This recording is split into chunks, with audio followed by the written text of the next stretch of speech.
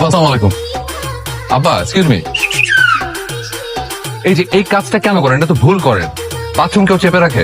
Toilet চেপে রাখার বয়স আপনার এটা? আপনার অঙ্গ প্রত্যঙ্গ সব উইক হয়ে গেছে, বয়সটা তো খেয়াল রাখতে হবে। টয়লেট চেপে রাখলে তো আপনার সমস্যা। তুমি এ কথা কেন বললা? তোমার কেন মনে হলো যে আমি টয়লেট চেপে রাখছি? বারে আমি সালাম দিলাম, আপনি সালামের উত্তর না দিয়ে চলে যাচ্ছেন যেভাবে, আমি তো ভেবেছি আপনার টয়লেটে চেপেছে। নিশ্চয়ই মার্কেটে অনেকক্ষণ ধরে টয়লেট চেপে রেখেছিলেন। ওই বাড়ির দরজার সামনে আসলে আমারও। চুপ! তোমার সব ফাজলামি করো? আমি কি তোমার দুলাভাই যে তুমি আমার সঙ্গে ফাজলামি করো? আমি তোমার শ্বশুর। কেন আমি আপনার ফ্রেন্ড হতে পারি না? না, তুমি আমার ফ্রেন্ড হওয়ার যোগ্য না। তোমার মতো বলদের সঙ্গে আমি ফ্রেন্ডশিপ করি না। আচ্ছা ঠিক আছে, আমি বলদ হই বা যাই হই, এটা তো মানেন যে আমি আপনার একটা আদরের মেয়ের স্বামী, নাকি এটাও মানেন না? তোমাকে কতবার বলবো যে নিতু আর একটু এ বিয়েতে রাজি ছিল না, আর আমি তো তোমাকে সহ্যই করতে পারি না।